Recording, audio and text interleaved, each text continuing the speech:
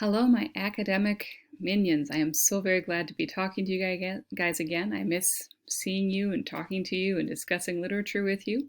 I know this isn't even close to what we do in class, but I thought I'd give this a try and see if this will help some of you guys get past where you're at. The reason why I am going to go through and give you a verbal annotation of the Queen's address is to help those of you who are having a problem finding rhetorical strategies worthy of analyzing, to help you see some things, see some examples, some things that you should mark up and then look for the patterns.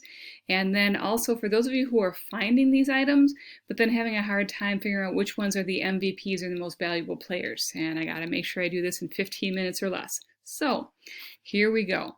Here is the Queen's address, which I'm sure that you have all listened to on the video and or read through it once or twice. And so if not, there's a link right there. It's also in Canvas if you need to. And from there, I start off the very first paragraph, and I start off with, I'm speaking to you. And then I should have underlined the I know. There's an I. The very first word is I. And then I'm going through the rest of this paragraph, so like, wait a minute. I'm speaking, I know, I want, I'm sure, I also want. It almost sounds like Victor Frankenstein during Justine's trial. She's being accused and going to die. And he's talking about how horrible he feels, you know, like I, Frankenstein, you know, it's all about him. And I'm almost thinking like, wait a minute, who is this I that they're going through this? I'm like, wait a minute, this is Queen Elizabeth II. She is the ruling monarch of the British Commonwealth. She is seen as a symbol of just stability, strength, compassion, and a person who's in control. Even though the parliamentary parties change back and forth, there is always the monarchy and there's always the stability of the government.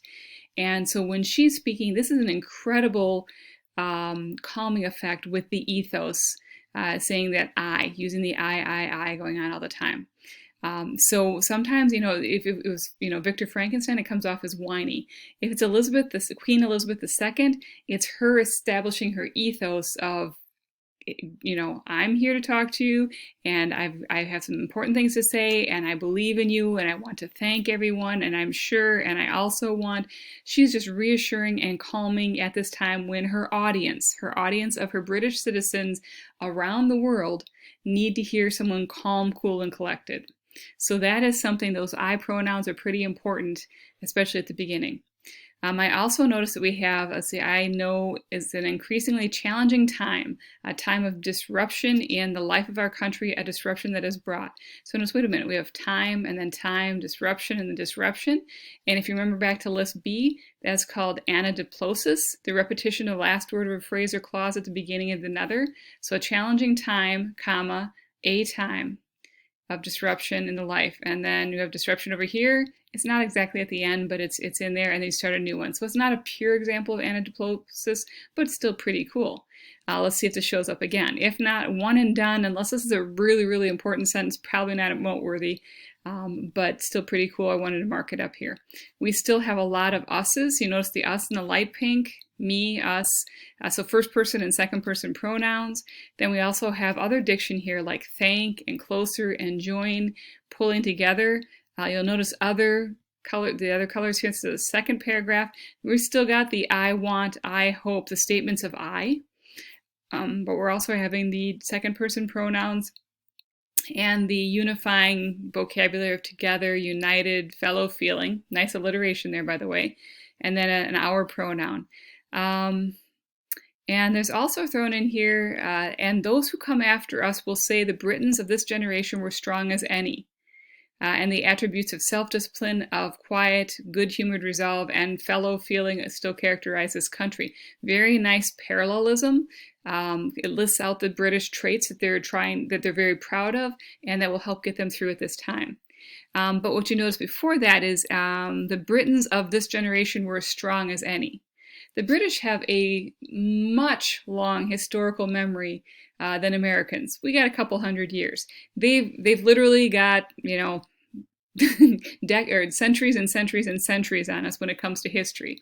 And so they have endured world wars, and their country has been bombed during World Wars. So it's something that they have always been proud of, that they are resolved and self-disciplined in a time of when other countries were panicking or falling apart. And so this is kind of a historical allusion back to previous historical eras. And then it goes, the pride in who we are is not part of our past. That wasn't something that we only happened in history books. We still have that in us, even during this, this pandemic. Sorry, it's a little redundant. During this pandemic, we are still this thing where we don't look back to the self-discipline. We are now being this self-discipline. And also kind of pulls that into the future. Like we were in the past, we are now, we will be in our future. So we have this sense of historical allusions going on. So that seems pretty strong in that paragraph. And then it comes back again when we come down here to when she says, it reminds me of the very first broadcast I made in 1940. And those of you who know your history know the 1940s, World War II. When she was helped by her sister, she made her very first broadcast. And the Queen is known for not giving a lot of, well, back then it was a radio broadcast, and then moving on to TV. She doesn't do this very often. So the fact that she made a broadcast during the pandemic is noteworthy. So she talks about her and going back to World War II, and it's historically noteworthy that she's bringing in this allusion. And she talks about a specific time when she and her sister made radio broadcasts because London was being bombed mercilessly by the Germans. And so the parents of families in London, it was a whole government organized activity or action, that the children were moved out into the countryside that was being bombed far less than London was.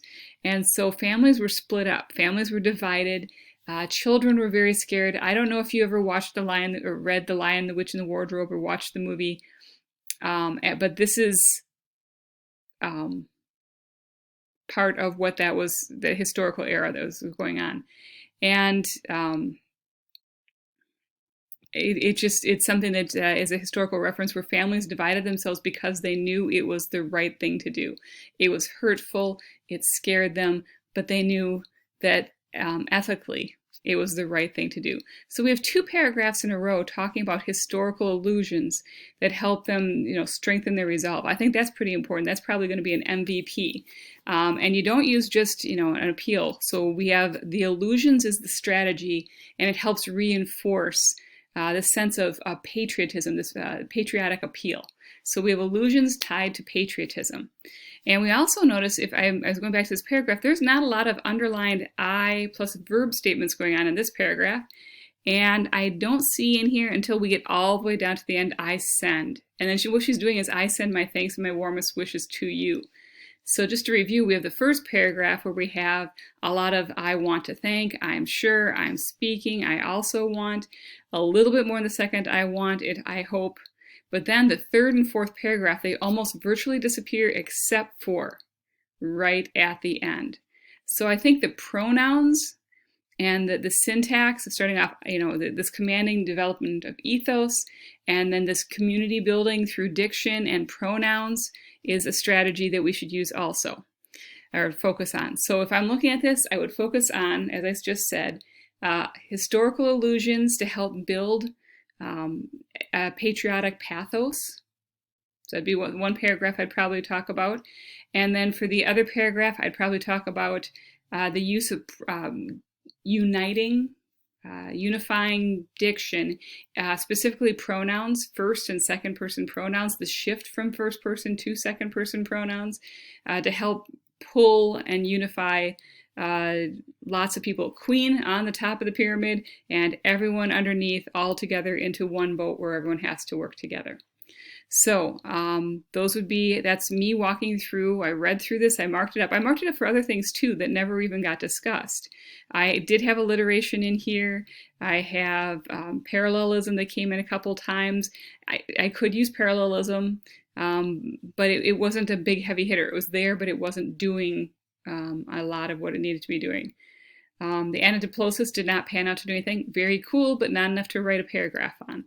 So again, practice finding the strategies and then figuring out which ones are the heavy hitters and need to get talked about. So I hope this has been helpful, and I hope it'll help you do well on the remainder of the assignment.